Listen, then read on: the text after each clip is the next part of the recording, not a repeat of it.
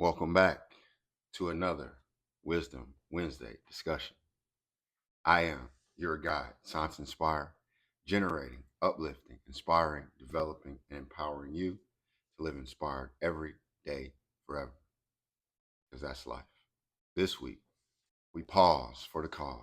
We're talking about the sacred pause so that we can honor what was, give thanks to what is, so that we can make room for what will be. As always, we start with an affirmation. Today, we affirm that I honor what was, give thanks for what is, and open with trust to what will be. Our intent is to anchor gratitude and sacred closure. Time to close those doors to the past so that we can open to the future with open-heartedness and divine receptivity. The outcome is that we have an inner calm and the sovereignness to be ready, resistant, to shed, to become a vessel for divine timing, aligned opportunities, and to be inspired in our next steps. Because remember, to be inspired is to never stop prospering. It requires effort daily. And as we go forward, we want to ensure that we have energy to do that. We have the proper mindset to do that, and that we are always aligned. For everything happens in divine timing anyway, right? Why are we in a rush? A lot of times we think pausing is like surrendering, and we rush and become anxious, which causes us to miss out on a lot of things that we need to see. Are we there yet? Are we there yet? Are we there yet? As long as we ask that, we're not paying attention to where we're going. We're not able to see, to take in the sights. And if you've ever traveled before, you know that some of the most beautiful sights happen along the way, not necessarily at the destination.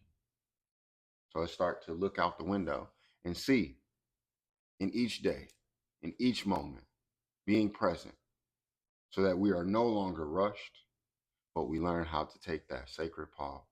Let's start with a quote, and this is Buddhist wisdom. It says, if you are always racing to the next moment, what happens to the one you're in?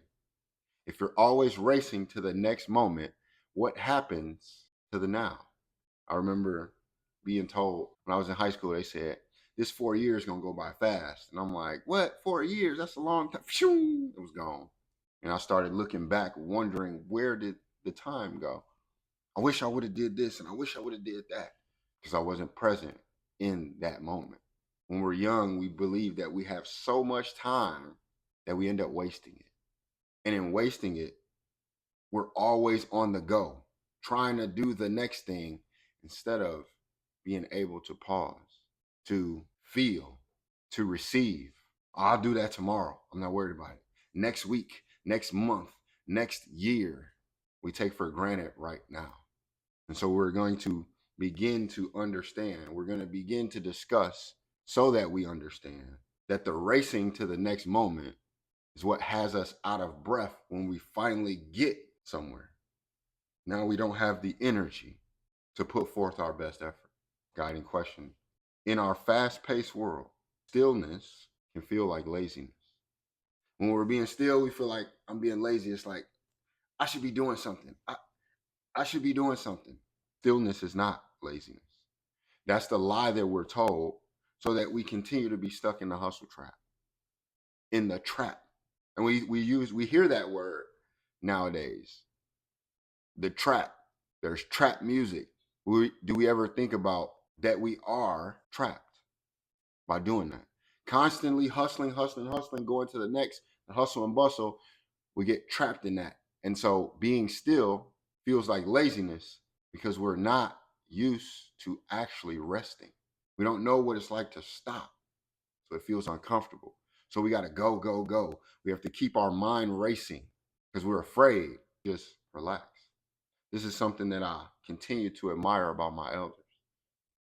I used to watch as they would just sit on the porch or can just sit in a chair and just be still, feel the wind, to notice things that were happening. And we used to be like, dang, they nosy. And it's like, maybe to an extent. But if you understand, when you begin to understand, that's a superpower. While everybody's running around like this, you can stop and be focused. You can be still while everything around you is zooming past, and you can begin to see things that everybody else misses. I know the first time when I started to notice things that I didn't notice, it was it was a shock to me because I took the same route to work every single day. And then one day I just looked out the window. It's like, where did that building come from? Somebody said, hey, have you ever been to this place? And I'm like, no, where is it? Oh, it's up Texas Street. I drive past this all the time and never knew it was here. Moving so fast, we can't see things that are right in front of our face. So that stillness is not laziness, but it is the thing that will free us from this hustle and bustle all the time, that has us exhausted. That sacred pause is our active receiving.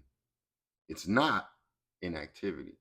I think about so many of the people that I talk with, how they have trouble sleeping. And it has just become the norm to just stay up all night, wake up early even, just to not have enough rest. It's become the norm. We actually champion that. I don't get tired. I don't get any sleep. I don't rest. Like sleep. You sleep when you're dead. Who told what? Maybe you sleep when you're dead, but you should be resting. So maybe you don't sleep. But have you ever rested? Do you know what rest is?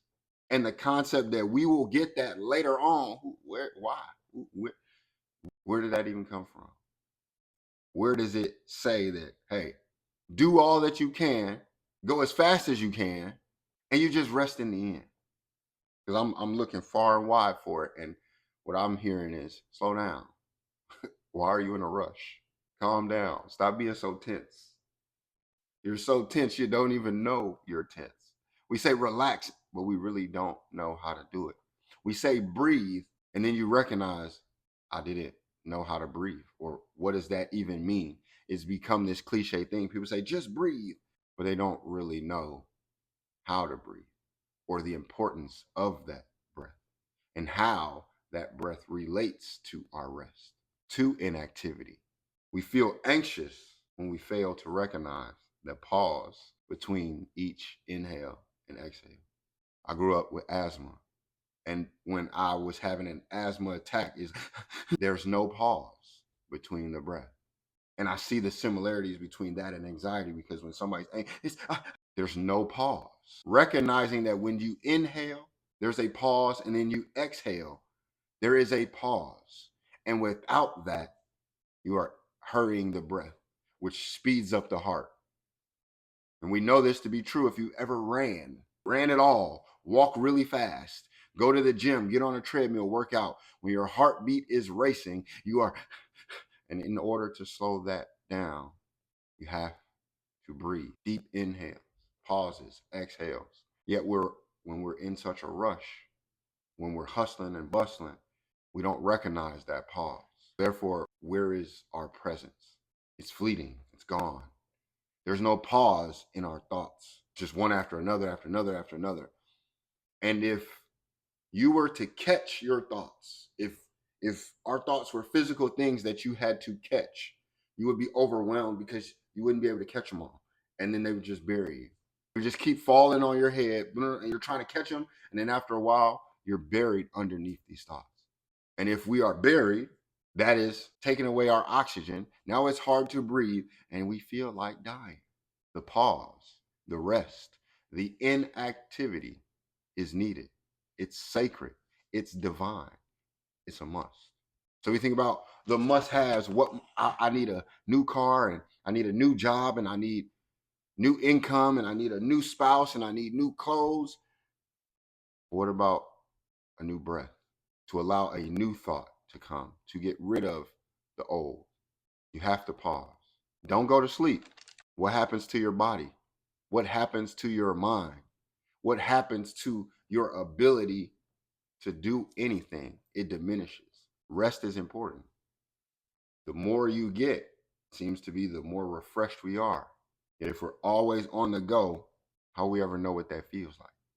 So the guiding question that I have for you is, where are you forcing next instead of honoring now, gasping instead of pausing? Where are you forcing next? It's got to be the next thing and the next thing and the next thing and the next thing. Instead of honoring now, it's causing you to gasp instead of pausing. And what would change if you honored the breath, the threshold of your breath? What begins to change in your life when you honor that, the rhythm, that frequency that is naturally in our lives or missing from our lives, and the chaos that causes or creates. And the spiritual anchor that we have comes from Taoist teaching. It says, the breath's power lies not in filling or emptying, but in the gap where all potential dwells. So the breath pause lies in not the filling or emptying, but in the gap where all potential dwells. It's in the pause. So your life isn't about the hustle and bustle, the coming and going. It's about the rest. We get our greatest ideas when we rest, when we're not thinking about so much.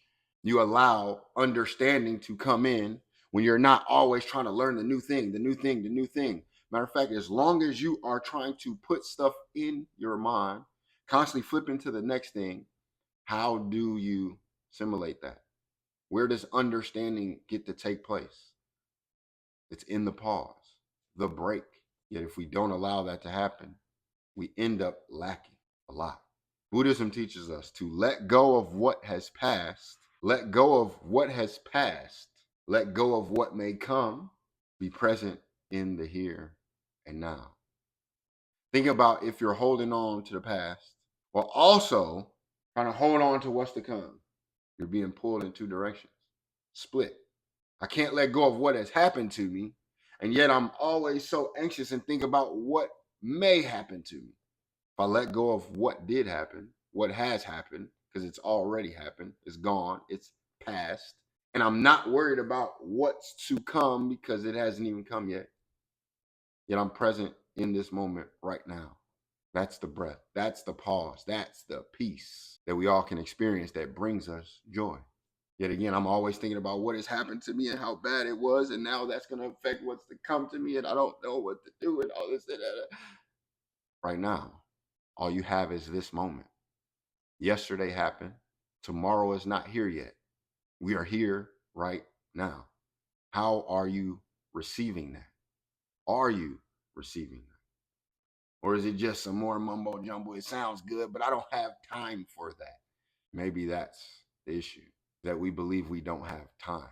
Yet we must check our watch and we must listen, for you have more time than you realize when you are present. A Yoruba proverb says, he who thanks gives room to receive more. He who thanks gives room to receive more. But I don't got time to give thanks. I got to get to tomorrow because what happened yesterday. So I don't have time to give thanks. So you have no room to receive more. Yet you will beg and plead and ask, why me? Why are these things happening to me? I need more of this and I need more of that. How you going to get more if you don't have room? Where do you want us to put it? We can't put no more in here. You got to get rid of some stuff. But I can't. I want to keep that and I want to keep that. We're hoarding so much. We don't make room for renewal. We don't make room to grow. So we become stagnant. We don't want to give in. So we end up giving up. We don't want to lose. So we quit. Psalms 65:11. Thou crownest the year with thy goodness, and paths drop fatness. Thou crownest the year with thy goodness, and paths drop fatness. The divine meets us in the pause, not just in the pursuit. In the pause, not just in the pursuit of things. If you're always in a pursuit, how are you going to be met anywhere? I can't get to you until you stop, until you pause, till you are, like Psalms chapter 46:10 says, be still. Until you be still, you can't do the next part and know. And if you don't know, you constantly asking, well, who, what, where, when, why, how? Be still and know that I am God. This lets us know stillness is not inaction, it's a command. And when we obey that command, we are not only honored to know, we're honored to unite with God. So it's not just that you unite, you come together right now over me. You don't got time to be still. I don't got time for that. The beauty is that you have free will.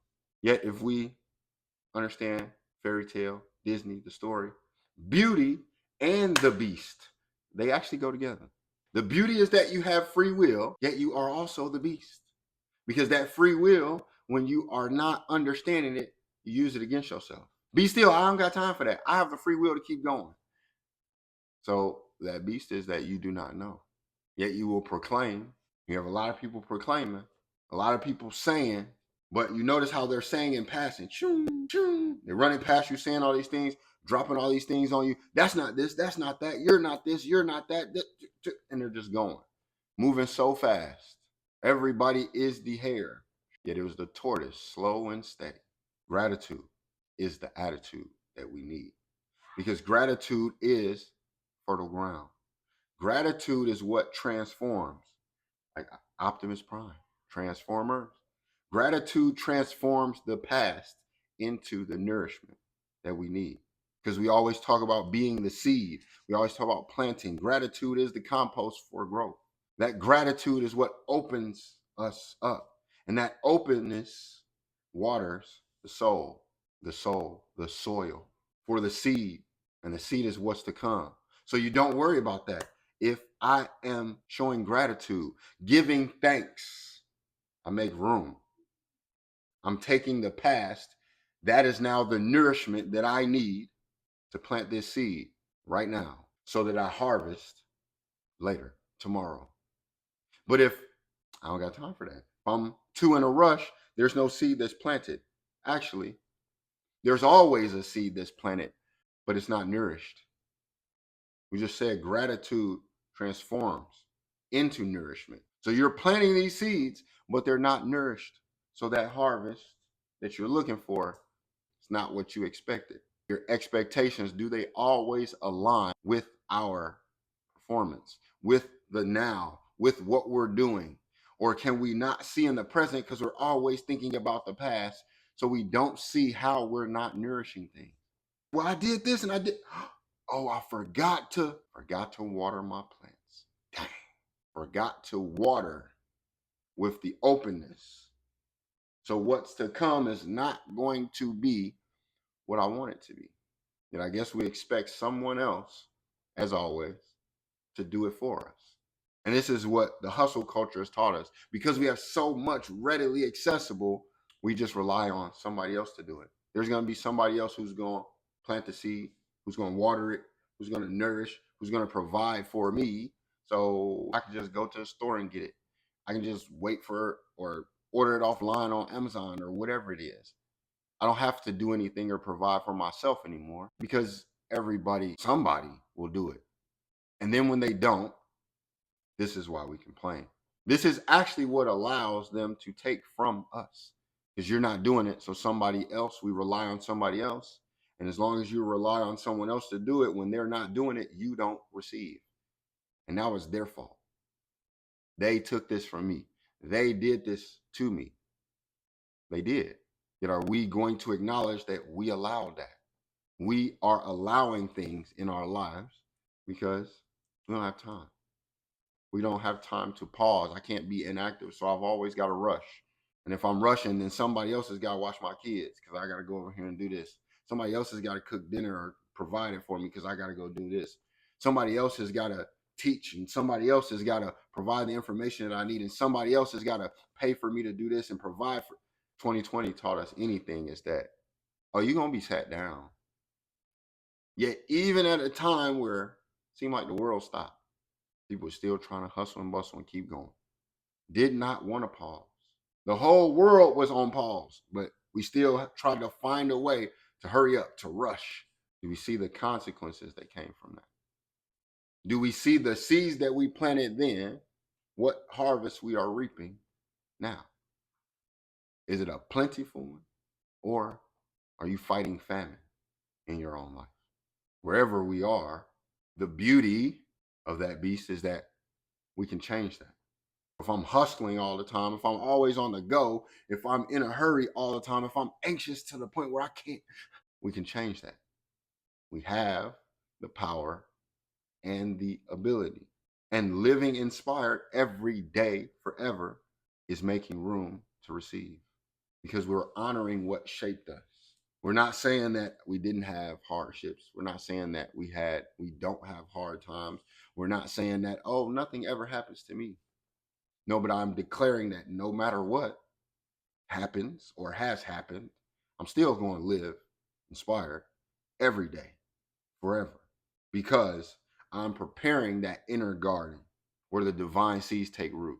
So I know that I'm going to have that harvest because I am doing those things in my present so that I prosper. We are inspired. Never stop prospering. How? It requires effort daily in order to live inspired every day forever. It's not impossible. We think that way because we're too busy. You won't pause and see how it's been happening in your life, how you have been provided for all your life, no matter what situations we've been in. This is why we love stories of overcoming or those who have overcome, because it gives us hope and it's the light, and we can see ourselves in that. We have to give thanks to make room for that. And if we are always so angry about what has happened to us, we don't give thanks for where we are, us being here. What they say, it can always be worse, yet it can always be better. And it always is. And giving thanks is seeing that. Living inspired every day is acknowledging that. We're just flipping the script. I'm not just gonna see everything as the worst. It can be worse than this. That's a bleak way to see everything. Recognizing that it gets better, like the sunshine, not necessarily the rain. Yet we honor the rain because without the rain, we live in a dry desert. So we give thanks for the unknown blessings that are already on their way. But I ain't blessings. I'm struggling right now. I don't have enough money to pay for this, and my kid's going through this, and the world is going through this, and da da da. And it's always been that way. And it will always be that way as long as we continue to see that way. Yet it doesn't matter what time frame we go to. In the midst of the chaos, in the midst of the wars, in the midst of demise, there are stories, prosperity, of peace, of joy, of light. Yet we don't focus on those, even though we are told to. Thou crownest the year with thy goodness. It didn't say anything about, oh, be sad because the world is going to end. It didn't say anything about you crown thy year by being bleak, by worrying, by being fearful, uncertain, and doubtful. It said, with thy goodness and paths drop fatness. It tells us to be still. We are told to let go, yet we hold on with dear life. Because to break free from that means renewed life, a new life, a new light, a new opportunity. Yet that sacrifice that's needed for that giving that's needed for that, we're reluctant to give. I'm not going to give thanks for the people that did this to me. Why? It's not about them. It's about you. So worried about them, you don't want to give them something. You deprive yourself from everything. Trust me. I know. Just like you, I've lost. I continue to lose. I got people right now that are wishing bad on my life, that have done things to me that I'm not even going to speak about. Yet they walk out and they speak dirt on my name, and I never say anything about it. I still give thanks because it's not for them, it's for me. If I continue to hold on to what somebody did to me, if I continue to be bitter, how can I ever get better? Sickness is what we hold on to in our bodies. Anybody who's ever been healed of anything, they're going to tell you, oh, I had to give up some things. I had to let some stuff go. I was holding on too much. I was putting the wrong things in my body, in my mind, in my spirit. They ain't say it was easy. That's not the focus. You understand that if I've got all the way over here to dig myself out of this, to get out of this hole that I'm in, it's going to be hard. We're not focused on that. You focus on each present moment. The person who had to teach themselves how to walk again is not thinking about years down the line. I got to focus on right now, taking one step at a time. I only get one breath at a time. So when I'm anxious, I'm trying to take more breaths than I can in the. You have to relax, stack it, left, then right. I'm reflecting now on boot camp when I was first in boot camp in the Marines. And one thing the Marines are good at, hey, we can march with the best of them. Listen, we turn that thing into a step show. I'm telling you, nobody marches like the Marines do. We have competitions about this. And it's meticulous. You have to learn how to do this. And I was the worst one. Not even, to make it worse, I was the guy. So I was in front. They put me in front. I never marched before. And you think it's easy. It's just like left, right, left, right. You know how hard that is when you never done it and you're thinking about it, trying to think about left, right. You know how awkward you look when you're trying to think about the steps. I had to let go. And then all of a sudden I was doing it left, right. And now there's a cadence, a rhythm, just like with life. We are thinking about the steps so much, it makes it awkward. It makes it hard. You gotta let go and be present and then watch how it flows. Watch how you're starting to see the signs that you need to see instead of missing them. Oh, I missed my exit. Now, how far do you have to drive when you're on the highway? You miss your exit because you weren't paying attention, because you're doing too much. You're on the phone doing whatever. How far do you have to drive to the next exit before you can turn around? How inconvenient that is. So when we're focused on the past and the future, we continuously miss the signs. Exit gone. Dang. And we got to drive further and hope, dang, now we missed that sign. And now we lost. But whatever's lost can be found again. So we give thanks for the unknown blessings that are already on their way, even if you don't know it. Because gratitude opens the gates. So even when we don't see what's next, to believe inspired means that we trust in without a doubt. I trust in without a doubt. I don't even know what's coming tomorrow. I'm not worried about that. Because right now, I am focused on planting the seeds that I need. I'm focused on being present. I'm focused on making room, giving thanks, not focused on getting. Because all it says is, he who thanks gives room. He who thanks gives room. So we all want to receive. Give me something. Give me something. In order to get, you must give. So to be thankful, you give room. You give thanks. And by that, you get. Get it? Matthew chapter 6, verse 22 says, if thine eye be single, thy whole body shall be full of light. But I got two eyes. What you talking about? If thine eye be single, I got two of these eyes. Regret and expectation.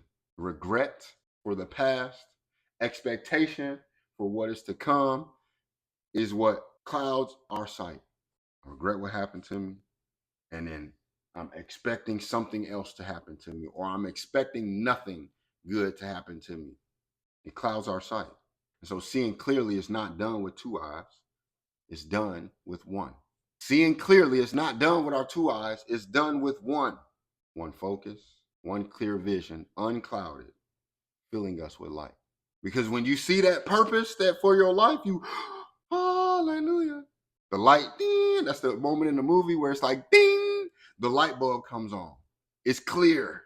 You are focused. There are no more distractions. Your vision becomes aligned into one purpose. That clarity comes in that sacred pause. Yeah, we using our eyes to see all the time. We're trying to use these two eyes and we don't see anything. And I'm convinced now that it's like, you don't use your eyes to see. You don't use your ears to hear. Not truly. Because if I close my eyes, I can use my hearing to actually see. And if I'm actually paying attention and looking, I can hear certain things. So maybe we're using our senses the wrong way. Maybe it's that we're trying to use them in the first place. I don't know. These are just questions because I don't know everything. I'm still on my journey. I'm just present, looking out the window and saying, ooh, what was that? Ooh, what was that? Ooh, what was that? I don't know if we there yet. Actually, I don't even want to be there yet. Because if I get there, then that's the end. I want to be present in this moment, seeing the things that are happening, noticing the signs, falling in love with the journey, not worrying about only the destination. Where are you going anyway? Life in action. Where are we going? When our life is in action, when we are living inspired every day forever, this is the action. So, what does it take to do that? What does that look like? What is that present moment? Life in action is compost and receiving. And what I'm learning about farming is that compost. You ever drive past a farm? That compost don't smell good. It smell like shit. And yet, you know what grows out of that? Nourishment. You know what grows out of the shit you've been through? Nourishment. Nourishment. That compost, that shit you've been through is needed to receive. I don't want to deal with that. It's not making sense. What are you talking about? Ask a farmer about what compost does. How important it is. If you took the compost away, what are you getting? What are you growing? And now we can manufacture this, right? Artificial. Then what do you get? Something that's artificial. So we're not trying to fake it till we make it. Because what is that anyway? If I'm faking it when I make it, is it mine? Am I me? Is this why we see so much distortion? So many people break down when they feel like they made it and became a celebrity, or they got all the money, but they weren't themselves. And now all of a sudden they have to go on this journey to be themselves. And we're watching it. What happens when you're present, when you are inspired, when you are just being you, when you are focused and clear, when thy eye is single? When you get there, it's all yours. You don't have to give it up.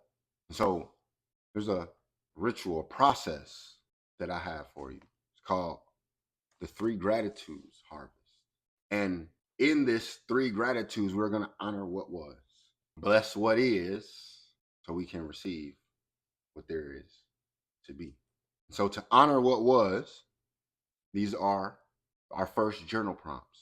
Things that you can do to be present, to pause, to receive, to give. So you got to give in order to receive.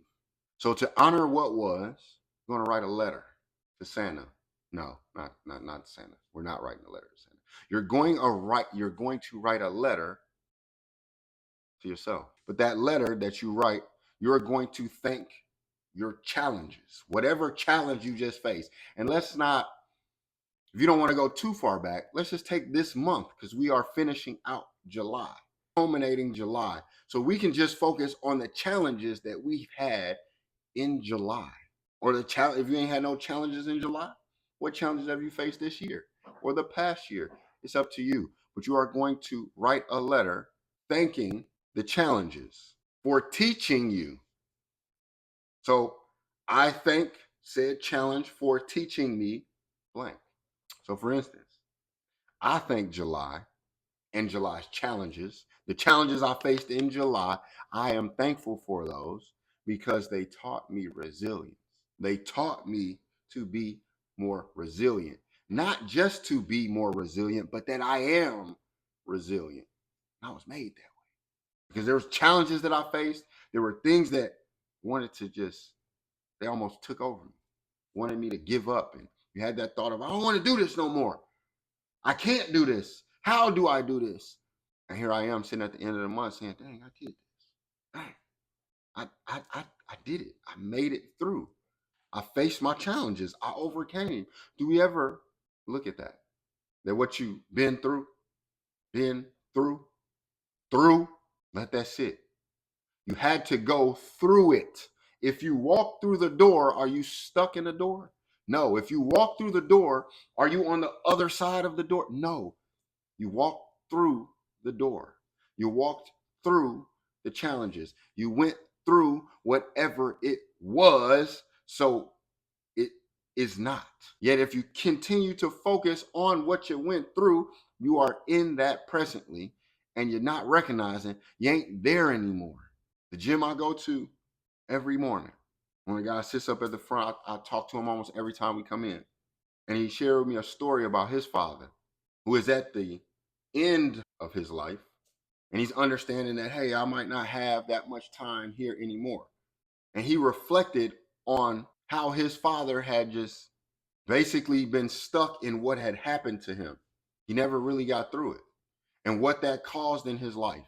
And I related to that. I said, and I shared with him, I said, man, oftentimes it's hard for us to recognize what we've been through because we're still stuck in it. Then the vices happen. We're drinking, smoking, whatever it is, whatever that vice is, that keeps us stuck in there. And it produces an unauthentic self that we are not. So he experienced his father being a certain way, his life.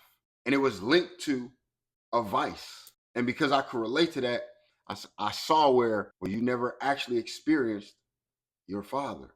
Yet we will accredit that to that individual and say they are this way, but you don't see what they're stuck in. That pain that happened 30, 40 years ago, they never made it out of that. That heartbreak, you never made it out of that. So it makes you bitter. You're stuck in there. You're thinking every man is just like this. Every woman is just like this. So there is no more pursuit of happiness. We gave up because we're stuck in what was. So we don't know what is. So we can never get to what will be. So we want to give thanks. And you want to recognize what it taught you. And then we want to bless what is. And we're going to bless what is by placing a hand on our heart and placing another hand on our gut. We're going to say, this moment is enough. This moment is enough. I receive its grace right now. I am open. I am ready. I am willing. I trust the unseen gift already blooming. This is not something that we are saying is easy, though I may say it and it comes out and it sounds that way. I'm not saying it's easy. Yet I'm saying with your intention, it will be done. So what does it matter if it's easy or not? You are here to make hard things look easy. You've been doing it your whole life. You make difficult things look easy. Every time somebody is doing something and somebody else is like, how did you do that? Show me. And you're like, what?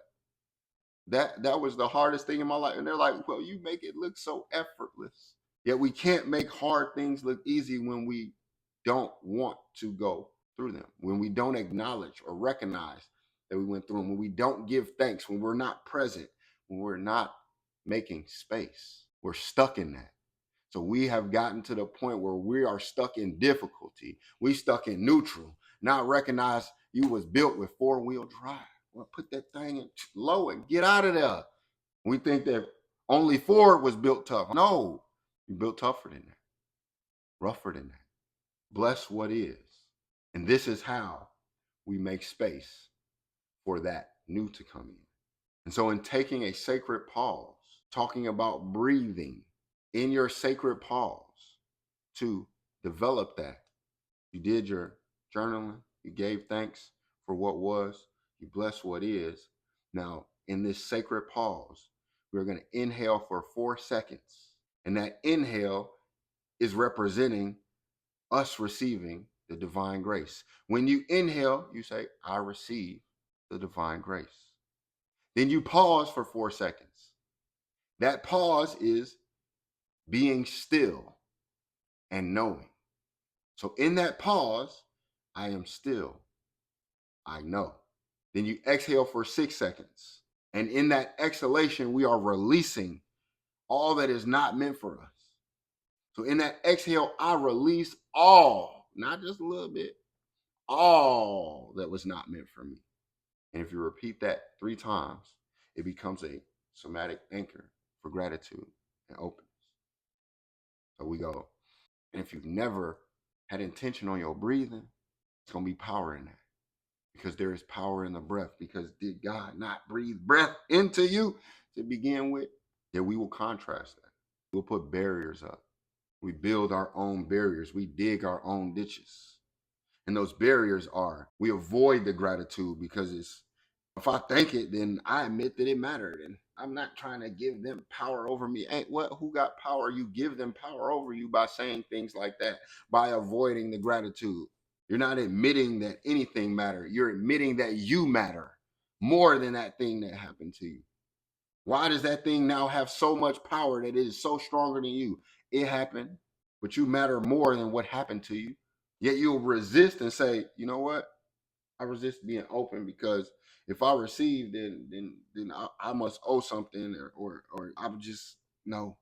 And these barriers in our mind create that internal tension. We're creating this internal tension in our own minds by being resistant instead of being resilient and being renewed. We're blocking the spiritual inhale. So if we can't inhale, how are we going to exhale? And that is convincing us that you rest, you weak.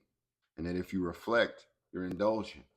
And that receiving is dangerous. Yet you want to receive packages from Amazon every day, and you want to receive gifts from people, and you want to receive appreciation and love from the world and all this other stuff. Yet you don't want to rest. You don't want to be still.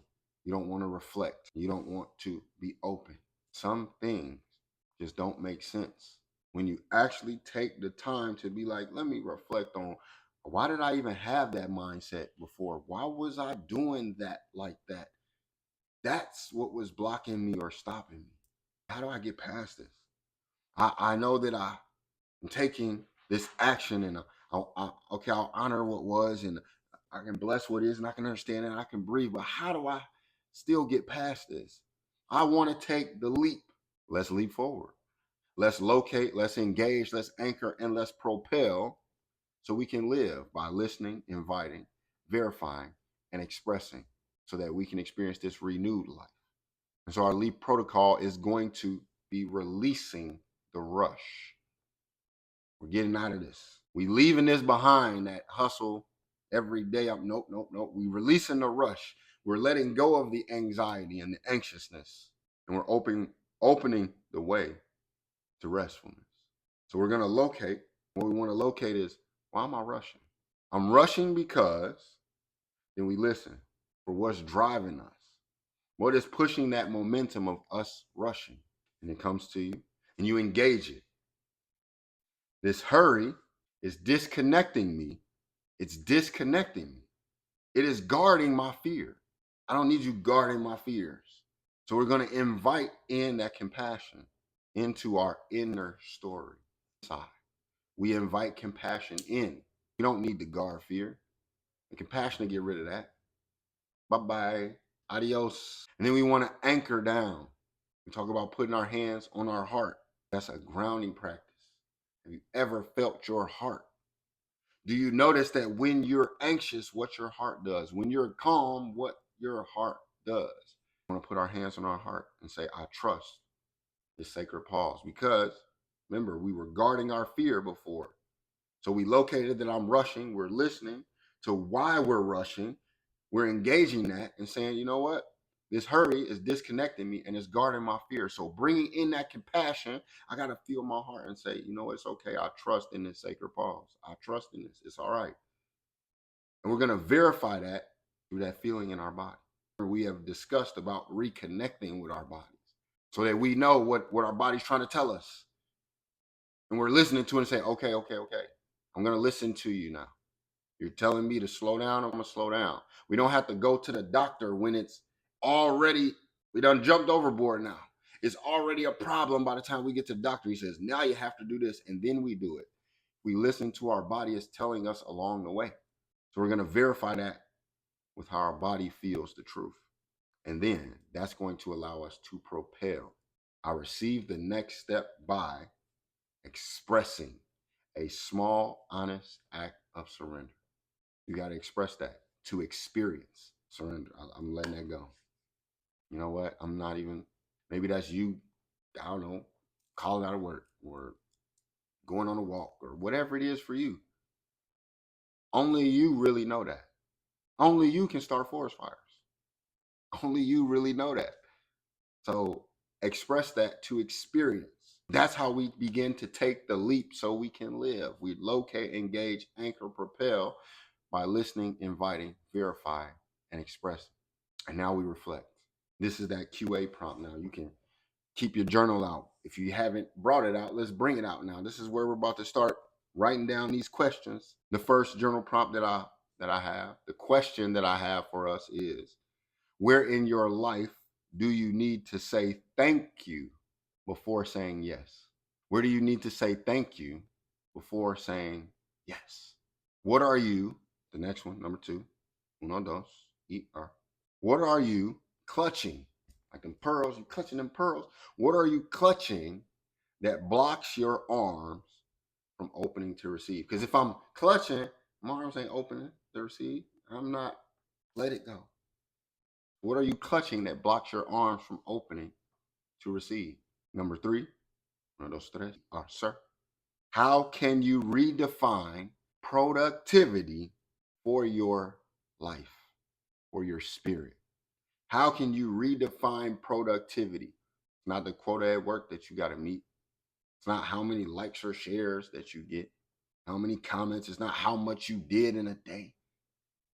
How can you redefine productivity for your life, for your spirit? And we're going to close it out. We're going to close it out with our life covenant. And we are going to release the man of time. I release that. I embrace divine peace. I am ready because I am present in purpose, on purpose for life. I know, I got you, Maya. Maya Angelou, she been quoting, I've been quoting her for about 2 months now. So my closing quote comes from Maya Angelou. It says, let gratitude be the pillow upon which you kneel to say your nightly prayers. Let gratitude be the pillow upon which you kneel to say your nightly prayers. And my final takeaway, I want you to know that check your watch and recognize that you are not behind time. You are not behind at all. You are right where you're supposed to be right now. Right where you're supposed to be. If that's on the couch, that's where you're supposed to be. If that's watching this, that's where you're supposed to be. If that's listening to this, that's where you're supposed to be. If that's in between jobs, that's where you're supposed to be. You're not behind. You're right where you're supposed to be. You ain't late. I'm saved by the bell. So I want to remind you of that. So we're not rushing, resting in that sacred pause between harvesting and sowing and planting. That's where we are. Let this gratitude ground you. Let openness guide you. This is your season of sacred receiving. No, I don't. You may not believe that, but this is your season. You're going to receive what you're meant to receive. Just pause. Now you are inspired to life, to live inspired every day forever, because that's life.